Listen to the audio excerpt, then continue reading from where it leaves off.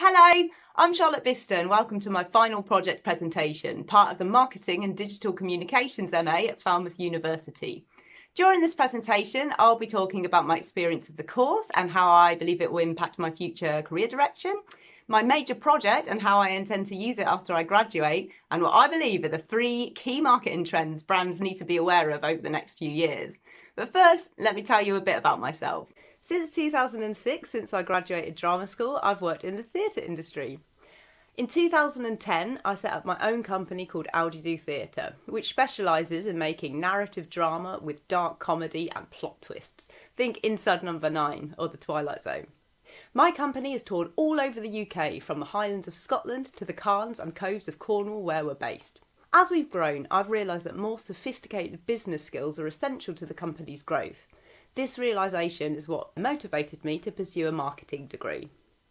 I believe it's essential in any industry that people know who you are and understand the value of what you offer. Otherwise, why choose you? In theatre, this is especially true. If audiences don't know your show exists, they won't come. Marketing is even more challenging here, with intense competition for attention, theatre's niche status, and extremely limited budgets making marketing knowledge essential.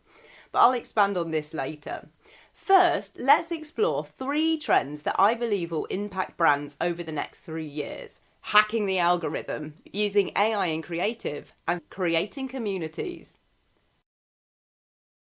We're living in an age where, in theory, social media allows any brand to instantly connect with a global audience. But in reality, every piece of content is shaped and often limited by algorithms. Brands that succeed are those that master these systems.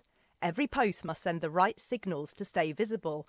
Otherwise, brands end up paying increasingly high premiums just to appear in someone's feed. As Peter Field puts it, dullness is expensive. Uninspired brands might spend up to 10 million just to cut through the noise. Put simply, an algorithm is a set of instructions for completing a task, like a digital recipe. In the case of social media, the algorithm takes ingredients, like your viewing history, who you interact with, and your behaviour, and uses that mix to serve you the content it thinks you'll engage with most. Posts are ranked, so the more someone interacts with your content, the more likely they are to see it again. Content that sparks discussion or is widely shared gets pushed up. Content people ignore gets buried. So, to cut through, marketers need to create content that connects with audiences and encourages sharing. I believe that in the years ahead, this will require 2 things. 1, resisting the urge to rely only on AI for creativity, and 2, building strong, engaged communities that advocate for your brand. But we'll explore both of those ideas in Trends 2 and 3. First, I'd like to share 2 examples of brands that didn't just work with the algorithm, they hacked it, creatively manipulating platform rules and trends to increase engagement and visibility. In 2022, Samsung faced a unique challenge launching the Galaxy Flip 4. Research showed younger audiences were increasingly sceptical of being targeted and data mined by brands. So, how do you create ads for people who dislike advertising? Samsung's answer was flipvertising, a campaign that flipped the script by inviting users to hack the system themselves. Instead of pushing ads, Samsung launched an online scavenger hunt. Participants were encouraged to trick their own Google search algorithm by actively seeking out specific Samsung content, hoping to be retargeted with a special YouTube ad containing a hidden prize, a brand new Galaxy Flip 4. The campaign began with influencers like Dylan Page and Ellie Awesome Tech spreading the word about the hunt. To win, users had to track down 3 specific online product videos. Along the way, they saw motivational Google text ads nudging them forward. Once participants watched all 3 videos, they were then added to a retargeting pool and became eligible to see the final prize-winning ad on YouTube. Importantly, the hunt led users through a landscape of unbiased reviews, unboxing and tech breakdowns, content that Samsung hadn't paid for, but which built authenticity and trust.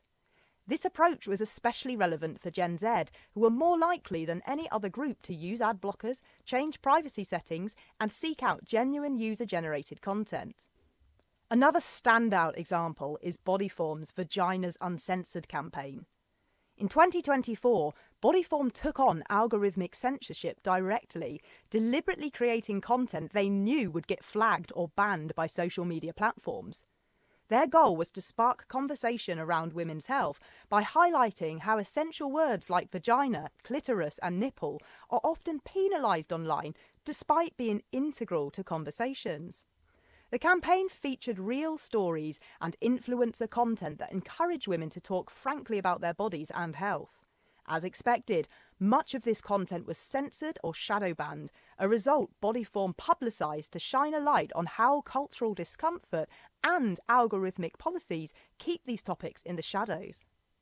Designed for a Gen Z audience, the campaign tapped into a group known for seeking brands that reflect their values and for favouring authenticity over price or mass marketing. Like Samson, Bodyform also faced the challenge of reaching an audience saturated with content and wary of algorithmic manipulation. Vaginas Uncensored tackled two critical, intertwined issues: the need for greater openness about women's health and the impact of social media censorship on these conversations. The campaign raised vital questions about who controls the social narrative, tech platforms and their algorithms, or real people. The very act of censorship turned Bodyform's audience into passionate advocates for the brand, eager to push these taboo topics into the open. Emotion played a central role in this campaign. For women, being blocked from speaking openly about their bodies isn't just frustrating, it can be dangerous, excluding them from potentially life-saving information. By leading the conversation, Bodyform achieved 10 million impressions, 84 pieces of high-profile press coverage, and continued to cement its position as an advocate for women's health in the minds of consumers. Both Bodyform and Samson went further than just playing by the rules. Each found ways to creatively bend algorithms to their advantage. Bodyform turned limitation into conversation, while Samson handed control to its audience, inviting them to game the algorithm and actively seek out branded content. These campaigns show that brands don't have to passively accept the boundaries set out by tech platforms. With smart disruption and authenticity, they can engage audiences more deeply and prove that taking creative risks beats playing it safe. Trend number 2, using AI in creative. Recent research shows that algorithmic aversion, the skepticism towards machine-generated decisions, has evolved. While many people are now open to AI-assisted copywriting and advertising, negative emotions tend to increase when AI is used to replace human creativity, especially in visual and video content. This is particularly evident in high-profile campaigns. Let's explore some recent examples where brands have tried and failed to strike the right balance with AI. Coca-Cola has used AI in both hit and miss campaigns. In its 2023 Create Real Magic campaign, the brand invited fans and digital artists to co-create original artwork through a custom AI platform powered by GPT-4 and DALL-E. Participants used iconic Coke visuals, like their classic glass bottle or polar bear, to generate AI-assisted designs. The best work was displayed on digital billboards in Times Square and Piccadilly Circus, turning consumers into co-creators and giving the campaign global reach and creative energy. However, Coca-Cola's 2024 Christmas ad, created almost entirely with AI, was met with significant backlash. Meant to pay tribute to the nostalgic Holidays Are Coming campaign, the ad attempted to recreate holiday scenes with AI-rendered Coca-Cola trucks and people. But instead of evoking warmth, nostalgia and community, viewers described the visuals as soulless, uncanny and emotionally flat. This response aligns with social cognitive theory, which suggests people connect with brands through observing and identifying with human behaviours. Emotionally resonant content reinforces this bond. By replacing human elements with AI, Coca-Cola disrupted this dynamic, creating distance rather than connection between the audience and the message. In a similar vein, a Toys R Us ad created with OpenAI Sora and depicting a child's dream drew scathing criticism, with comments attacking the lack of emotion, creepiness, and absence of humanity. Ditto the Google Dear Sydney ad, which featured a father encouraging his daughter to use Gemini AI to write a letter to a hurdler idol. The ad was hit with immediate backlash from people who said it encouraged artificial intelligence to replace what otherwise could have been a sweet coming-of-age moment with a child writing a fan letter to her hero with the help of a dad. What stands out from this criticism is the strength of negative emotion when AI is used to replace rather than support human creativity. People seem open to brands using AI as a tool to enhance or collaborate on creative work, but they react strongly against campaigns where AI appears to do a human's creative job alone or is portrayed as a replacement for meaningful, human-driven experiences, especially in emotionally charged moments like Christmas or a child's letter. In this respect, brands need to be cautious with how they use AI in creative work, as missteps risk not only exacerbating social anxieties about the technology, but alienating audiences and undermining brand sentiment and reputation. Authenticity is central to consumer reactions to AI-generated content, which many perceive as inauthentic, although this varies by product category and brand values. For example, Dove has pledged never to use AI-generated models in its advertising, reinforcing its long-standing real beauty message. By focusing on authentic representation and addressing unrealistic beauty standards, Dove's stance aligns with its core values. Brands should carefully consider their own values and audience expectations when integrating AI into marketing. There are instances when consumers accept the use of AI doing the creative work alone, specifically when it's doing something that, while technically possible for humans, would be impossible to achieve at scale. For example, Nutella creating millions of unique jar designs using AI, or Cadbury's My Birthday song, which used AI to generate personalised songs for loved ones from human prompts. In these cases, AI is seen as unlocking new possibilities and delivering experiences that would otherwise be out of reach.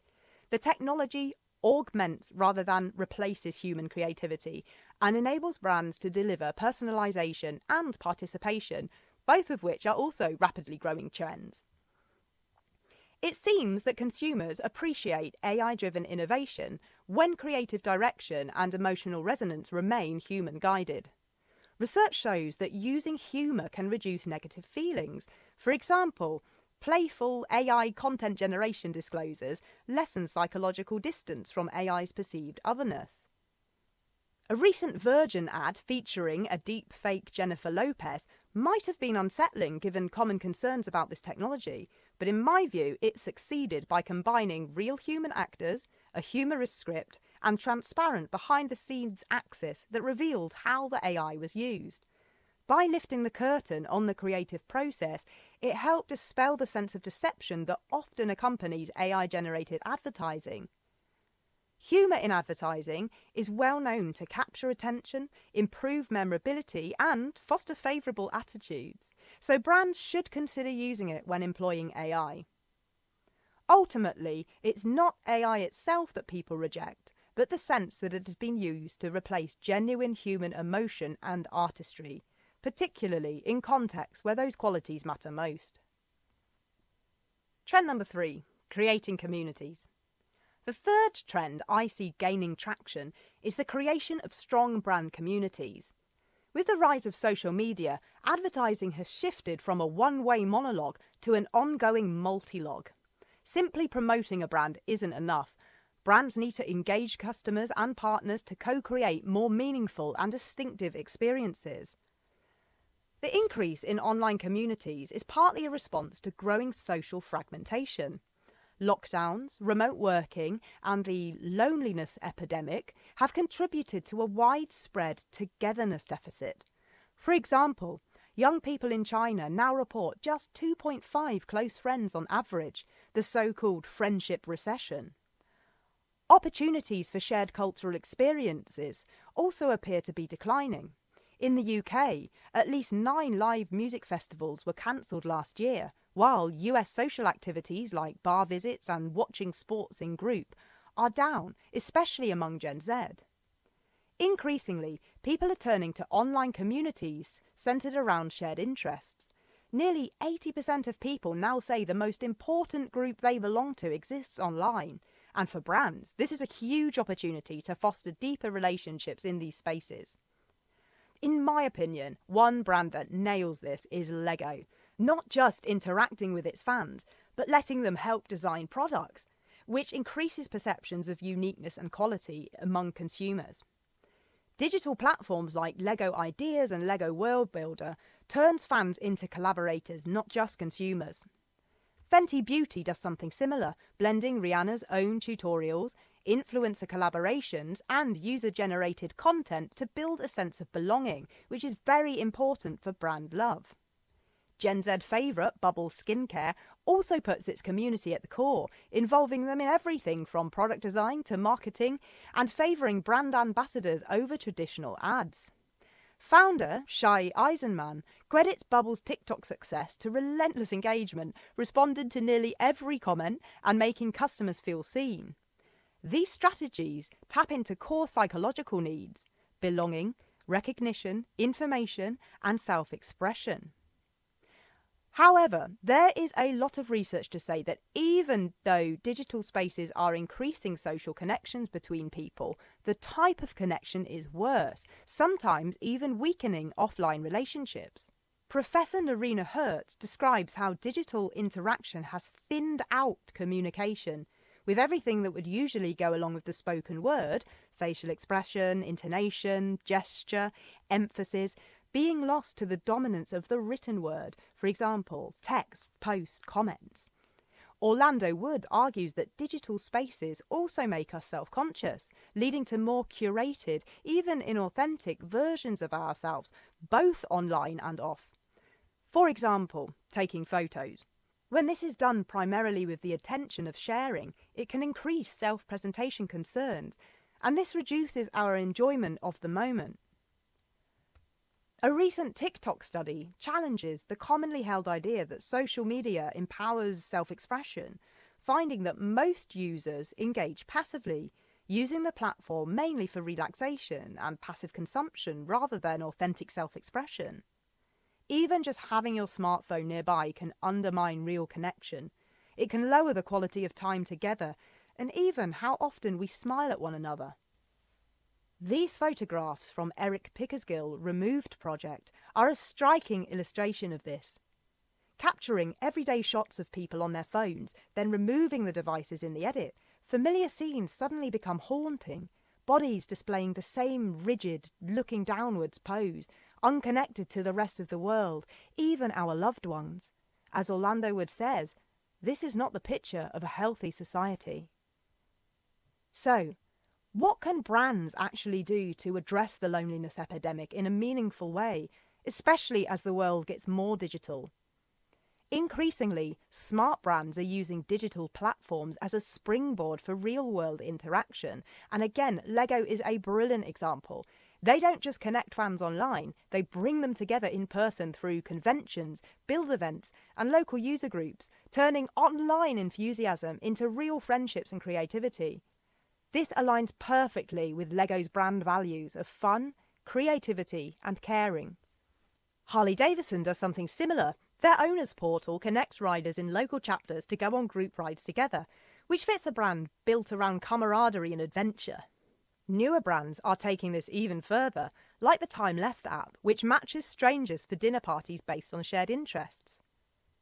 With the rise of AI-generated content and more virtual experience, there's a growing sense that reality is feeling less tangible, prompting a renewed craving for real, in-person connection.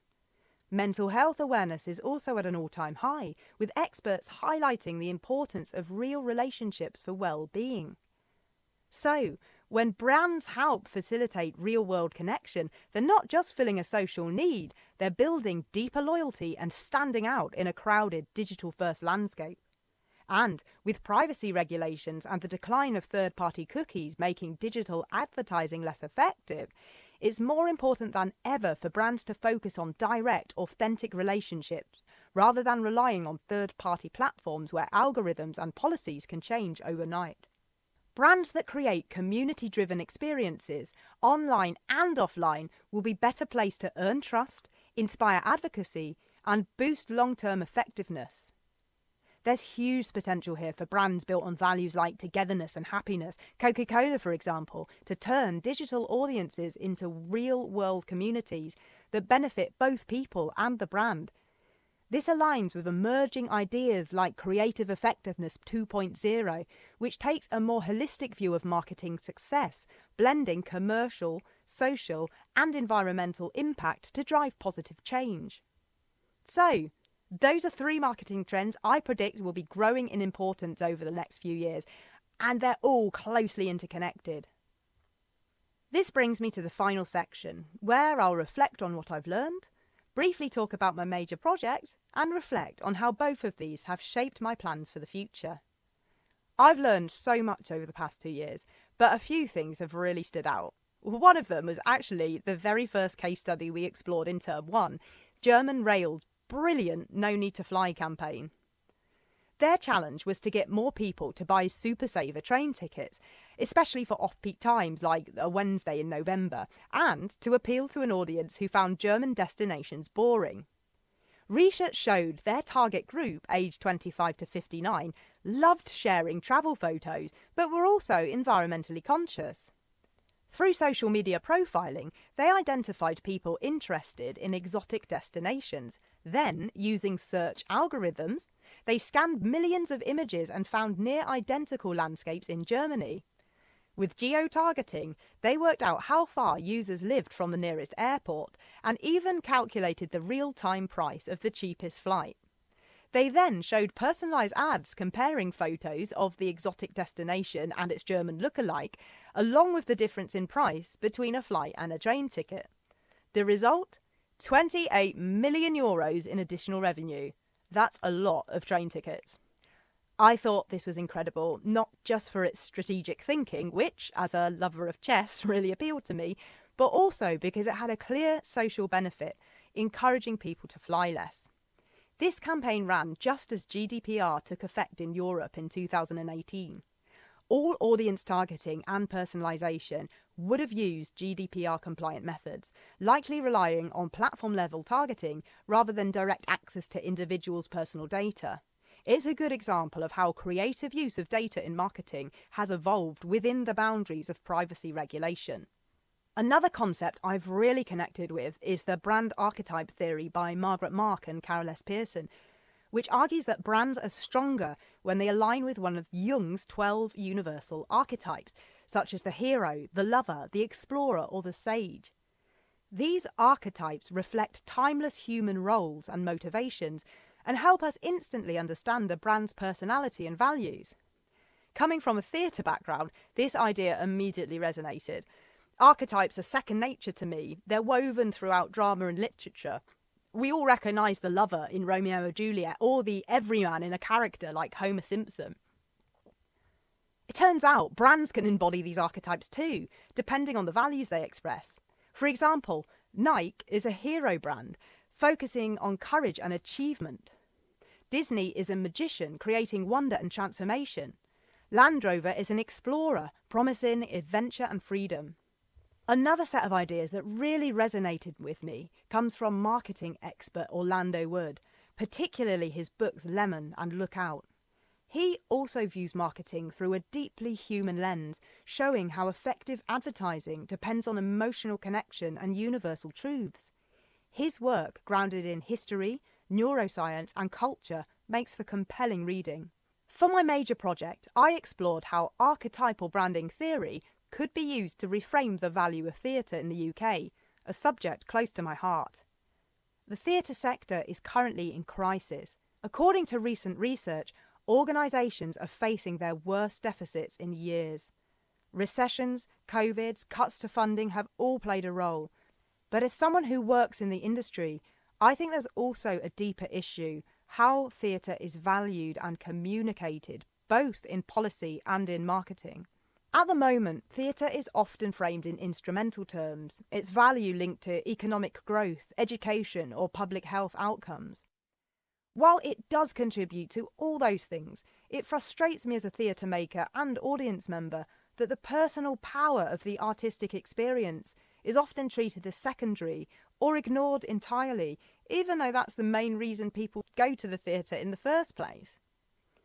This kind of framing has consequences, affecting what kind of work gets made, which artists get funded, and what audiences can access. In my own county, both opportunities to see and make work have noticeably declined. So I started to wonder, is this a problem marketing could help solve? Marketing teaches us that effective campaigns start with identifying the need a product fulfills for the individual. But when I looked into the research, I found very little focus specifically on theatre's psychological value. Most studies grouped it under the broader arts and culture sector, but going to a museum and going to the theatre are very different experiences. I also found only one study that applied archetypal theory to theatre marketing, despite it being widely used in commercial brand strategy. I wanted to fill this gap by building on the few studies that do explore theatre and motivation and going further to understand the values underpinning those motivations. So, I carried out 6 in-depth interviews with regular theatre goers, asking about their personal history with theatre and why they loved it. Using Mark and Pearson's concept of category essence, which looks to uncover the primal meaning of a product by identifying the blend of archetypes it engages, I explored whether participants' responses aligned with specific archetypes and whether theatre fulfills deep psychological needs. The findings were eye-opening. Across the board, theatre fulfilled needs like belonging, connection, self-esteem, self-actualization, meaning the desire to become the best version of oneself, and even transcendence, the need to connect to something greater or find meaning in life. The dominant archetype across all responses was the magician, associated with transformation and expanded perception. But others also appeared. The lover, connected with emotion, the explorer, new experiences, the sage, learning, and the jester, fun. All participants also spoke of how theatre is distinct from film or television.